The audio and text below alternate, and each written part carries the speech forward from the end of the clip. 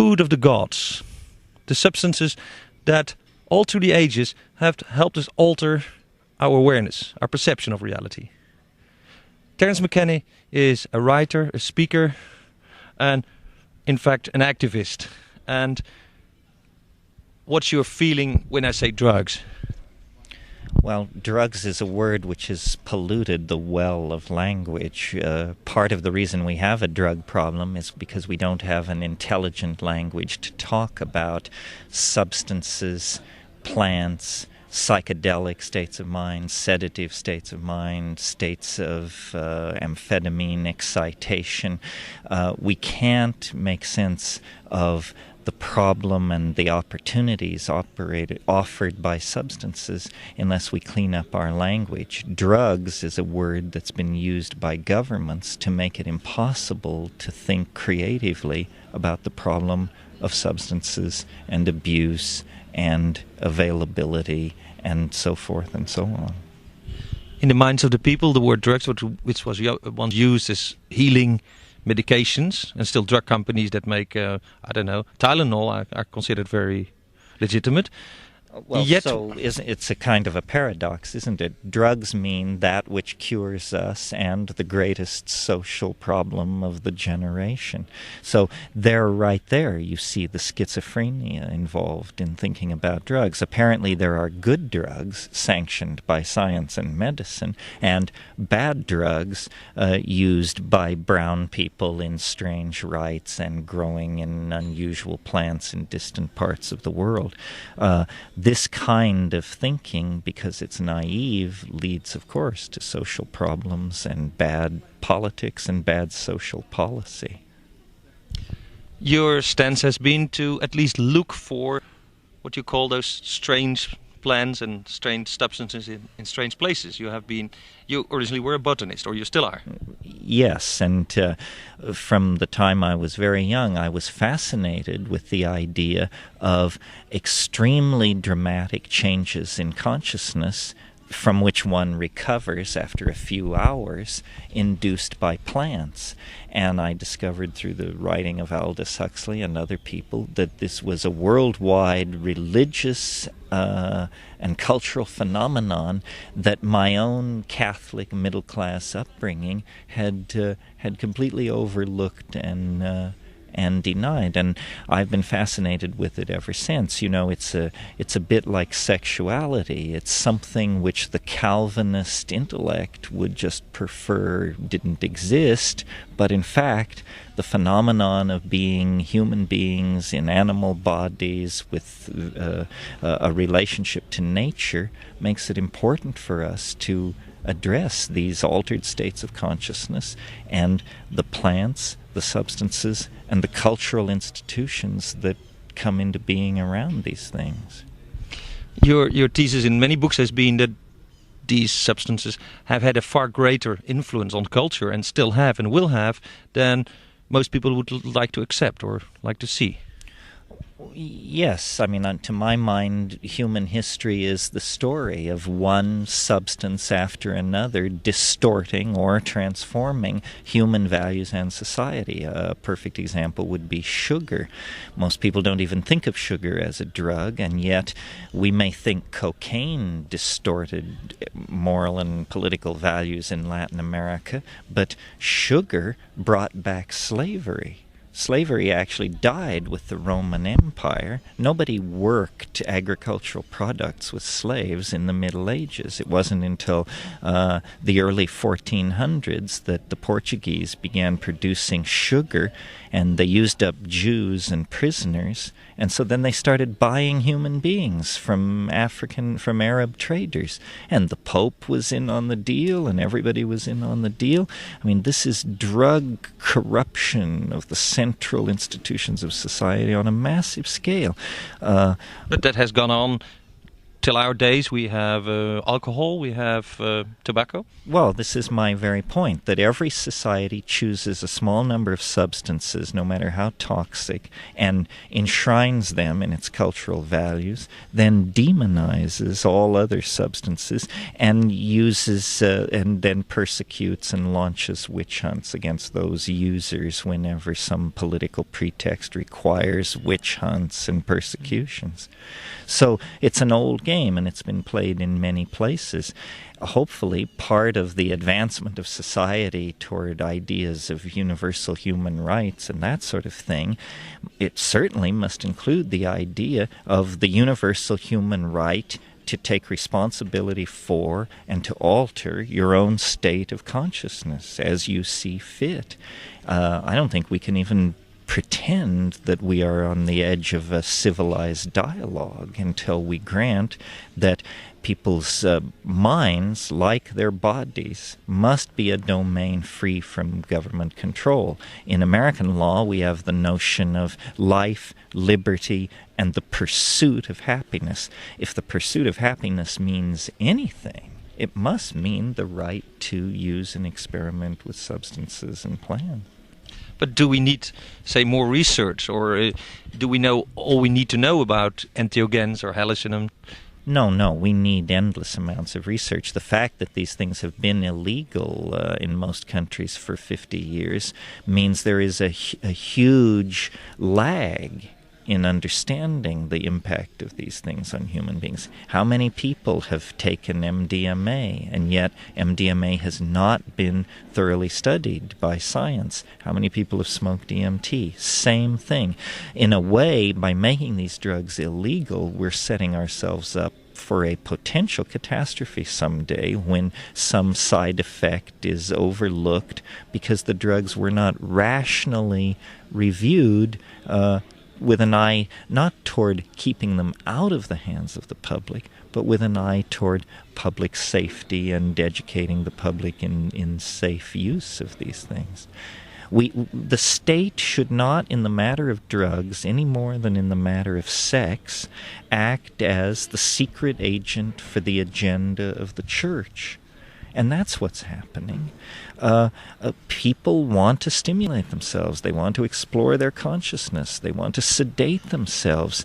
Who are we to stand in their way with a moral ideology and the long, heavy arm of the law to interfere with that? It distorts civilized values. But that's the bottom line. Drug repression distorts civilized values and political discourse. Many people emphasize the bad effects of using, LSD, DMT. Do you think there are positive effects in general, and are there positive effects that are yet to be discovered? Well, yes. Anyone who has actually been around people using psychedelics know they have tremendous therapeutic potential, tremendous potential to launch people into confrontations with aspects of their personality or their history that they are in denial of. The people who hold that these psychedelic substances have no application have very little actual personal experience with them. It's the old story of my mind is made up, don't confuse me with facts. Would psychology be further ahead? Would you have learned more about the way the human mind works on itself in an interaction with others if the research, say, on the use of LSD or ibogaine or many of these substances would have proceeded in an orderly and what you could call scientific way?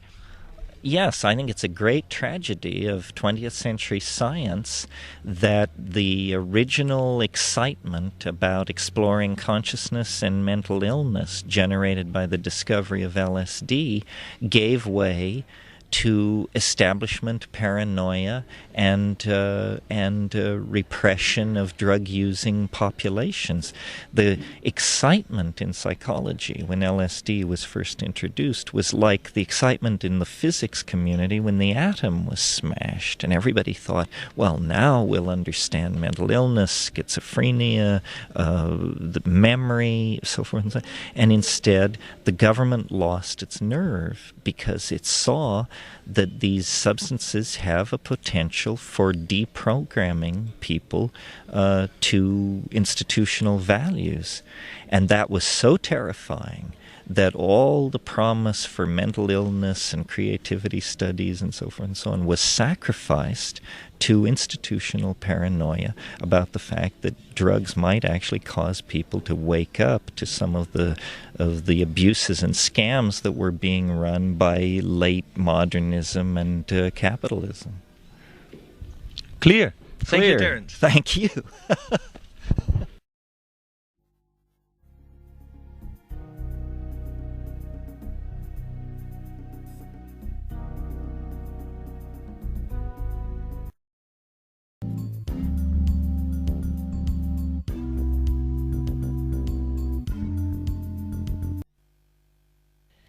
Female and Partners. In de Spuistraat. Female erotic fashion en lingerie. Alles om u en uw partner te verwennen.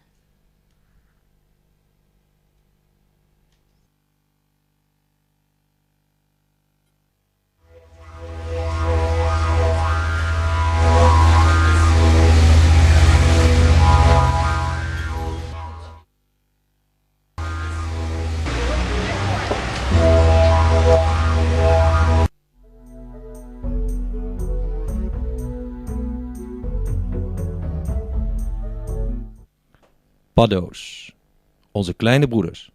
Het enige Nederlandstalige boekje over magische paddenstoelen. Over de ervaring van de psychedelische paddenstoel.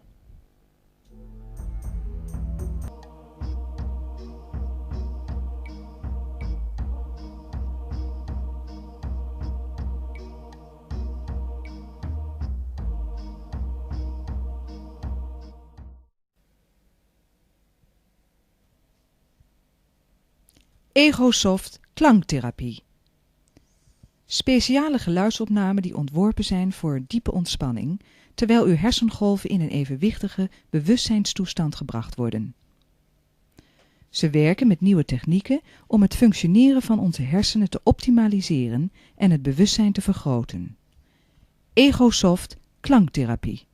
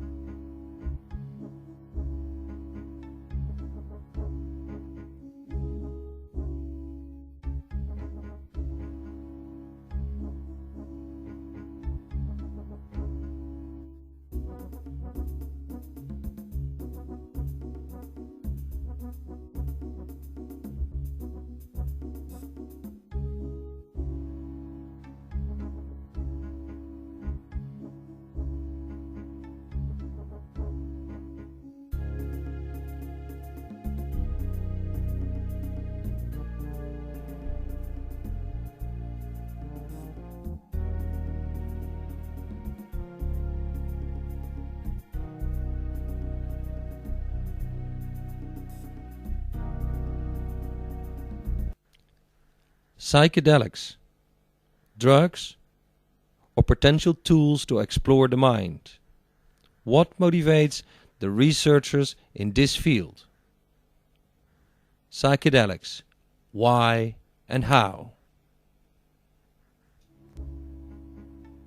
Sasha Shulgin, some call him the father of MDMA, but in fact he is one of the leading researchers in entheogens, in chemicals that change our mood, our brain.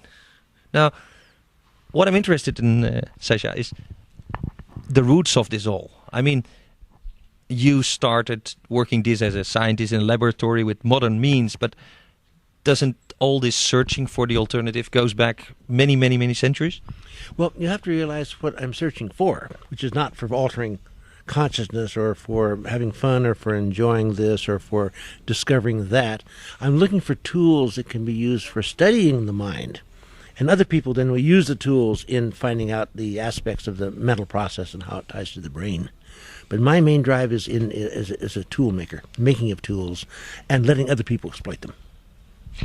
But that means you have a fascination with how the mind, how the brain works. Completely fascinated, but not the brain, the mind. The brain is now, we're in the decade of the brain. Everyone looking at neurotransmitters here and serotonin and dopamine and all these sort of things, which is a marvelous search. And indeed, they're uncovering many peculiarities of neurological connections, but many are being found in animals. And in fact, the animal is the main location for research. And I'm interested in things that affect the mental process, the function of the mind, which is not necessarily to be found in an animal. So the questions I am addressing are: how does one affect the attitude towards something, the self-image of something, the feeling of religious ecstasy or of fear and paranoia, something you can't see in a rat. Is that true? Do you think that that's the difference between human beings and animals? That I cannot conceive of how a rat would have a good self-image or a bad self-image. I might see how he behaves to a stimulus, or how he might retreat from an attack, or how he might be lured by some pheromone into some relationship. But a self-image, the knowledge that he is mortal and he must achieve something or other before his death, the sense that he has an ominous apprehension of something that might occur in the future, the memory of an early life experience, earlier incarnation, reincarnation. These are interesting aspects of the human mind, but they're not, that, to my knowledge, part of the rats. Long time ago there was Saint Francis in Italy, and I like that he went out and preached to the animals and the birds. So there must be something. Well, maybe he enjoyed that form of interaction. Did the birds respond well? I don't remember. There is no order of the birds yet. Yeah. No, yeah.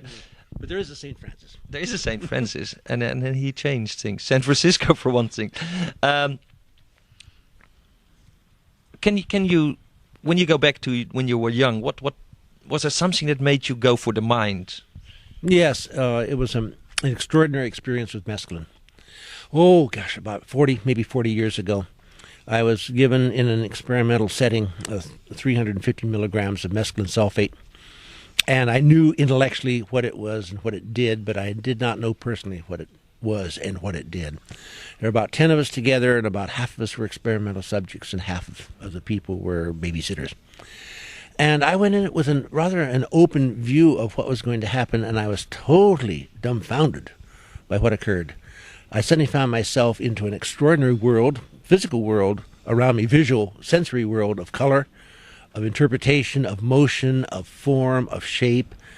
And my first response was to say, how did this drug do this? How did 350 milligrams of a white solid produce this effect? And then I realized the drug had almost nothing to do with it. That drug allowed me to realize, express, to appreciate what was there all along. And I was totally blind to it. So what it did, it catalyzed the opening of my own viewing, and that caught my fancy. And from that point on, I've been in research in this world ever since. Yeah, but go further back, because the fact that you were even willing to do an experiment like that must have had earlier roots. I mean, how was your parents? Were they obsessed with the mind? Was there a school that said, hey, this is... No, I think probably Immediately prior to this experiment, I had been exploring psycho-this, that changes.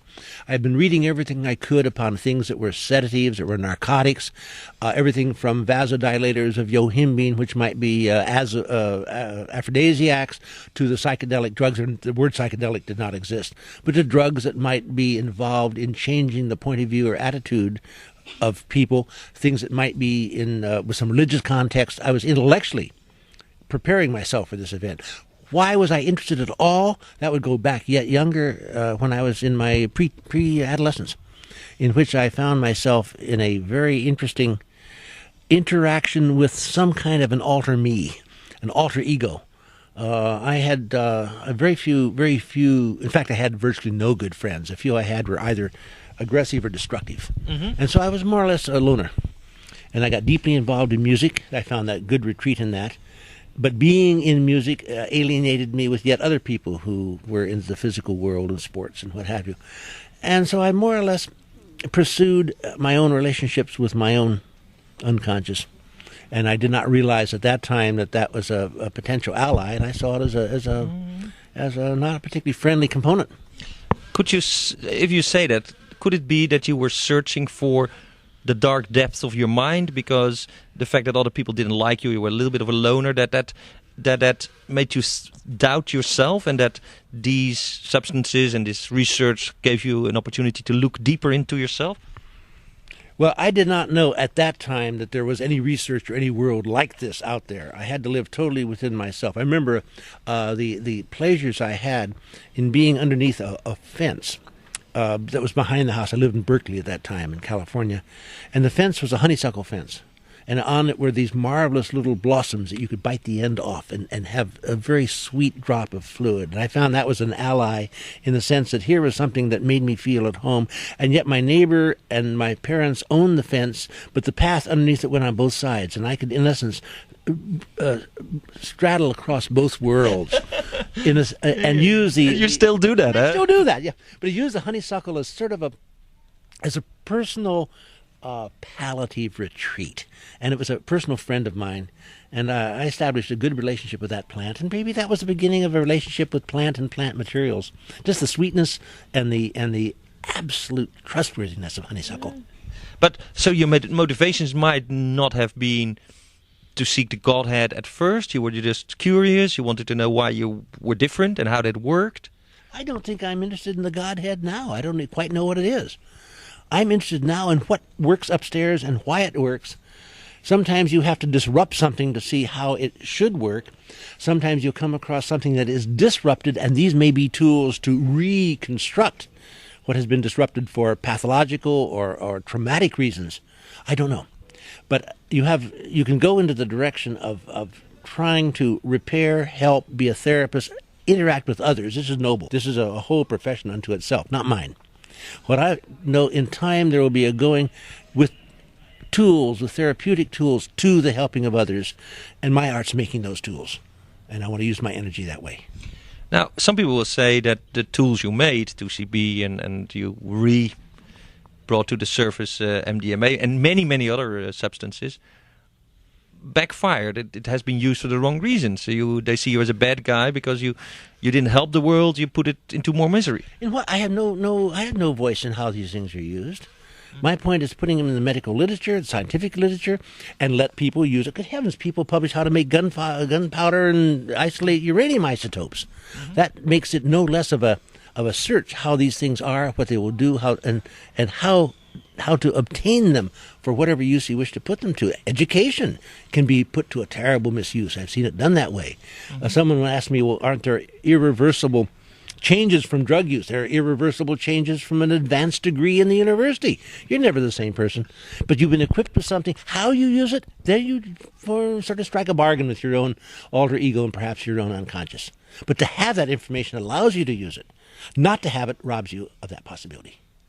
And I've struck tools exactly at that point. They're there, they do this, they modify that, they change the viewing towards something. Search it out. Let other people use the tools, and they are far better equipped than I am to use them. I have no experience, nor do I particularly want to use it that way. But I want to make the tools because I can do. Yeah, but you personally, have you felt that it worked, that these things helped at least yourself and the people that you knew good enough to get another view on reality, to see themselves in a They've helped me very much. My wife very much has a good viewing of what she calls the shadow, the aspect of a person who is confronted, will not confront, but has there to confront an inner something, a beast, a shadow, a something of the person, the in Jungian sense, the unconscious of that, not the subconscious, but way down there, the beast in the belly. And that is very often looked upon by people as an absolutely frightening enemy. And hence it is suppressed, it's turned away. Maybe we can turn to do this, or escape, we'll go and work at a living over there, or we'll drink too much over there, or maybe we'll marry as we shouldn't marry but have children. Escape it. Escape, absolutely. Rather than confront that. And to confront that is frightening, and to some people can be very destructive. Take a person who knows that beast is there. Mm-hmm. But for you, was it destructive for you? It was the most marvelous thing that could happen, because I found it's a damn ally. I could use it or not use it as I chose, and we in essence shook hands. And was that an extra drive for you to go further in the world and look for other things because you think it worked for you? This is a use of a tool that worked for me, but it's not the type of tool I'm trying to develop. I'm trying to develop tools that interfere with the more subtle aspects of the intellect, because there are many cases where this could be a therapeutic or a constructive or a beneficial approach in areas of mental illness, in areas of incomplete cognitive control, in areas of tumor or traumatic damage, to find alternate routes to integrity. Well, there's two models there. One is that of the disorder model, and the other is the augmentation model. The disorder augmentation. The disorder model is someone is sick, has a problem, has a psychological, even a bodily function that doesn't work, and with your inventions, substances, that might help, bringing back to the baseline. The other thing is to help people to become smarter. We can talk about smart drugs or substances that might give them an advantage in the world. Now take people that take a SAT test. I think you call it in America, all these tests. If he takes certain drugs, he might be able to make a better result. Is that true? It may well be, but that is not of any interest to me.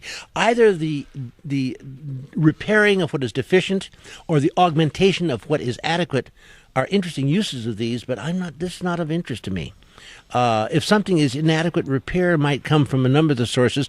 I don't think necessarily the understanding of the mechanism of the mental process will lead to automatic repair of damage or augmentation of adequacy. It will allow a tool to be used to explore why it is deficient or explore how it might be augmented. I don't really believe augmentation is that difficult a task. I think that we're running at a full 3% of our capability right now. And I think with just a little bit of self-discipline or perhaps a little bit of faith in oneself, you could go from 3 to 4%. That's a big increase, and it doesn't take a drug at all. No, you can eat better food or go take better holidays. Work it. There's many ways, but still, there's the feeling that these things we can do to ourselves have an ethical side. If people who are rich can use them and others cannot, what would happen to those who stay behind? How is a rich person can use something that a poor person can't? I don't understand. Well, suppose that there are drugs available or medications or substances that help you to become smarter. All right, say there are. Is this in the interest of the people who control the availability of drugs, to have people become smarter? Is this really the power structure within our government to have people become more informed voters? Is it in the interest of politicians to have people more intelligent? Oh, really? I don't think that that's quite real. I think it's the interest of those in power to maintain that power. And one way that power is maintained is to restrict and deny and eventually eliminate drugs that would constitute competition. Yeah, but then there's always revolutionaries like you, alchemists, who go seek nature, seek science, seek a way first to help themselves, to do the internal alchemical work, but then it goes out in the world, doesn't it? True, but I don't believe, other than the satisfaction of getting this information into the public, that I'm a power seeker. Because I find that is a trap. I've seen it in other people, a trap that allows people to actually begin compromising their own principles very cleanly and very neatly for the sake of accruing power, wealth. It's the same thing. I think that the satisfaction is what lives beyond you. And indeed, that's why we have children, that's why we have families, that's why we establish relationships, and that's why some people paint art, some people write poetry, and some people make chemicals. Mm-hmm. It's a way of leaving something that is lasting and may be of value. Otherwise, with your death, you are a flame that's gone out, nothing else. Last night I dreamed, and there was this word, the being of time, which you can interpret in many ways. The being of time. We happen to be in Mexico at the moment. The Maya people who lived around here were obsessed by things like death and time. Were they also obsessed with the substances we're talking about? They have survived in many ways. One of my favorite questions I get asked when I come back from the southern part of Mexico is, where have the Mayans gone? And the question is, you answer it, you just go there and look, and they're all about you. They have indeed survived. They have survived most eloquently. I don't know where the Spaniards went, but the Mayans are still here. So in that level, they have achieved at least for the moment, immortality. Have they used materials such as this? Of course they have, because they are all the time searching into themselves for exactly the answer to these things. These are the tools that I have used in some ways as guides as how to design new materials for research. But rather, you went to look what, say, the botanical stuff was out here, and used it to see what chemicals were active in there. Completely. Here is a plant. This plant can be used for this purpose. The plant can be used for healing. The whole process of healing is a beautiful example. Here you have drugs, chemicals that are healing chemicals. They are in plants. The ancient knowledge, wisdom of what the plants are is indeed carried from generation to generation, but a little touch. Sometimes the healing plants are used to treat illness, not in the patient, but in the physician. The physician will take the drug, will take the healing thing to be able to interpret what is wrong with the patient and be able to help the patient. A different view that comes only with the awareness that healing is a process, if you are a healer, of interaction. And that's so funny, because you have studied the chemical interaction, which is very defined. We talk about molecules and their active parts and what you call the dirty pictures of the chemist. And now you say, yes, but there is another thing. There's the interaction. That the doctor can be the helper, but also he can be the one who takes the burden, because that's what they do. Leap ahead to the purpose I'm after, where you develop tools that can be used in studying the human mind. The person, that will require human interaction too. And that whether the tool is used in a radioactive sample to go into the brain and go into a positron emission tomography picture to see where it goes, doesn't tell you how the mind works. It tells you where the chemical goes in the mind. To understand how the mind works may take the interaction with the subject, the volunteer. It may be the researcher. It may be both, but it may be an exchange of understanding in which these chemicals merely open up doors, catalyze vehicles of expression that would not otherwise be there. These are not going to be doing things. They're going to be allowing things. Just as the plant to the medicine man in the jungle is allowed to see the definition of the illness, this is a way in which a researcher or a person who is a companion in a question is allowed to see the approach to mental process. It doesn't do things, it allows things. And that is the heart of this whole area of research. Your next book is... We have a book called Pikal, and now there's going to be a book called Tikal, which is about a different class of chemical. It's the area of these mental catalytic, so-called psychedelic or psychoactive materials. Pikal is for phenethylamines, which is about half of the psychedelic scene. The other book is about tryptamines, which is in essence the other side of the coin. Is the rest of the picture. The two members of these two classes probably constitute about 95% of all psychoactive drugs. Now, in the first book, there was a very personal account of your coming to terms with these things. It was more of an adventure on how you invented these things, or found them. Is Tikal going to have that personal aspect too? It'll have personal aspect, but both Ann and I have covered this question already of how we got started, how we are at peace with this, and how we have formed our own relationship. Now, what have we done with it? Where have we been going with it, and where might we go with it? So that aspect will be kind of a fictionalized autobiography as well. And then the second half of the book, again, will be, as in the first book, descriptions of the drugs involved. For the people that really want to know. what I think people really want to know: are you happy? Because you what's your age now? 71. You fly around the world, speak at all kinds of conferences, do work. You're still in the laboratory. You've had some problems with the law there they didn't allow you to do some research, but you're still very active. All this work has done you good. I could not be happier. Thank you, Sasha.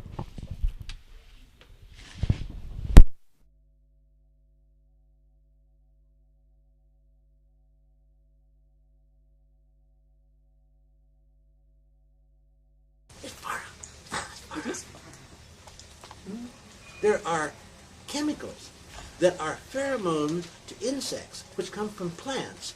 That the pheromone, for example, if it comes from a plant that blooms too early in the day, is the wrong optical isomer, it will turn away the mating path of the other insect. But the insect will then come at the right time of day to pick up the pollen at the right time to take the other. Chemistry, weird pheromones, nature, I mean. weird this, and without one, you don't have the other.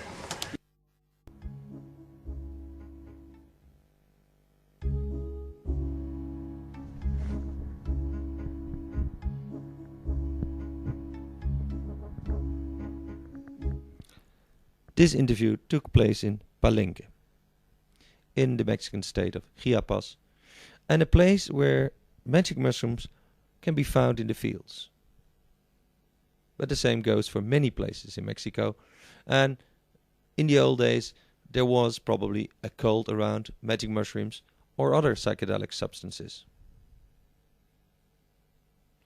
Sasha Shulgin is probably the most renowned expert in the world on synthetic drugs. Chemical compounds that have effects that resemble those of the magic mushrooms or other substances from the past, like the ergot, or some substances that people think that the Aztecs used in their time a few thousand years ago. Sasha Shulgin researched most into psychedelic drugs. He was interested in tryptamines, amphetamines, and has written 2 books. One of them is called Pikal, the people who are interested in phenylamphetamines, and his latest book is called Tikal, and it's about tryptamines. Tryptamines like DMT, one of the substances in magic mushrooms, or psilocybin. But DMT comes back in many substances from the jungle, like the ayahuasca from South America. Alexander Shulgin and his wife have done chemical research, but also therapy, group therapy, individual sessions with many people based on the substances that they have found. And as Alexander Shulgin has said, he has used all the compounds that he found, invented, made. A truly remarkable man who can be seen as the father of ecstasy, although that's the one chemical compound he hasn't actually synthesized first. But he made many others, like 2CB, PCP, and many of these so-called designer drugs, synthetic drugs, as they're known. The drugs of the disco scene, although that is certainly not what Alexander Shulgin intended. He made those drugs, he researched into strange substances, strange combinations, strange compounds, in order to know more about the mind.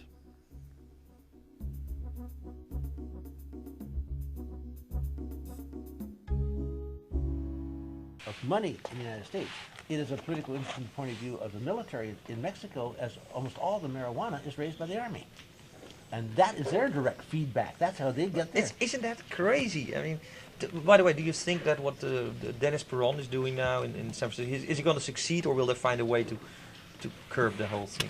I think eventually they'll find a way of stopping it, because it is not in national interest. It's not in the interest of the economy and the war. I have one chapter in the book is called Cui Bono, to whose benefit is this war on drugs? And in there I address in that country, in the United States, what is the size of the industry that is the war on drugs? Not how much money is involved, On both sides, I mean, both the whole criminal as an side and the industry. police and As an industry, how big is that industry? prisons and the fastest Yeah, growing. Yeah, yeah. It's an enormous business. Yeah. It's probably between $300 and $500 billion. So there's no reason to stop it. Who benefits by stopping it? These people lose their contracting. The police lose their The State Department can no longer enter Spain with a little muscle and do this and do that. No. Yeah, Dennis Peron said that the effect of his work would be that the price of marijuana would go down, and I thought, Jesus, that is maybe not the wisest thing to say, because, que bono, who has an interest in lowering the prices of marijuana? There's such a... I mean, Dixie cups make cups routinely to sell for urine tests. A Hewlett Packard is back ordered on GCMSs at $50,000 a piece, providing these instruments for people who want to confirm urine tests of people who want to work for the gas company but can't work for the gas company unless they pee in a cup every 3 weeks. This is a big business. Who benefits by wiping out the Constitution, which has been about 30% stripped of its meaning because of the war on drugs? It used to be you were secure in your house. You may now be entered by a policeman who's acting in good faith, and I've yet to see a policeman who doesn't act in good faith, without a warrant. If in good faith he thinks there may be a drug crime committed. And you have salt on your kitchen table, that is part of... If in good faith he believes there is some crime associated with your car, he may take your car without even arresting or bringing a charge. Your car's gone. And he keeps it without accounting it. There's no auditing. Now there was the feeling that, a nation always needs a war. Mm-hmm. Yeah. Now we had a war on drugs, and there was the hope that there would be, or the hope, there was the idea that there would be a thing called the war on cyberspace. Yeah, the electronic frontier, the electronic hypeway, I think Max Moore called it. Now they're finding out it doesn't work. People don't want this new expansion. Would that revert to the war on drugs? Would that go back? Would the government, instead of spending money now on the electronic highway, go back to fighting drugs? They've never left fighting drugs. That's not Well, bad. people say that under Clinton there was a little bit of a less of a thing. Oh, I missed it. Yes, you think it went on as This strong is, as before? this is the only election I know of in which a Republican ran against a Republican. No, tell me, Clinton to win as the things. He says every teenager, we're going to have this McCafferty figure a way we can get this into law and so forth. Every teenager who applies for a driving license shall take a drug test. My question is, and if he fails, you're going to deny him the license? But 3 out of every 100 tests are false positives. Are you going to deny 3 out of every 100 teenagers a driver's license because your tests are mediocre? What are you going to do with the people who fail? Tell them to come back in 6 months? They never answer these questions. Everybody, if you get a little spot test and you're positive in a year, of course you realize that morphine has now been shown to be a natural component of the brain, beside bagels giving you opium poppies things. You drive down on a bus in the back of a bus going from here over to Villahermosa, and that pot smoking back makes you positive urine, marijuana for the next 3 days. That's not of your doing, but you're positive. And 3 out of every 100 are false anyway. You're condemning. Why thousands are of people. making people this nearly fascist, frightening society? It's not good for our health. Control. No, it's not good for our health. It's not good for the Constitution, right? Because it is a control. Why do people form police states? I lost the thread. Why were the national movements in Germany in the late 30s what they were? To cleanse and make the society clean and homogeneous and lead to the Fourth Reich and the better state? Why? Because jolly people got their jollies out of it. They were in power and they could run it. And we have exactly the same thing in the United States. We have whole bodies of elite who are really doing a lot of controlling. They're not elected and they're not even known publicly. You have the General Service Administration. You have hosts of advisors into the military and in the executive who are not publicly known figures. Why is it that the pollution that is outside in the world and that we know has also really invaded our political system then? When was it free of it? The pollution. I know, but we were never free of it. We've always had a form of pollution in the real in the real animals. world and in the Yeah. virtual world. Yeah. Yeah. Yeah. That is the way of politics, the way of the warriors, in the other sense. Not a nice way.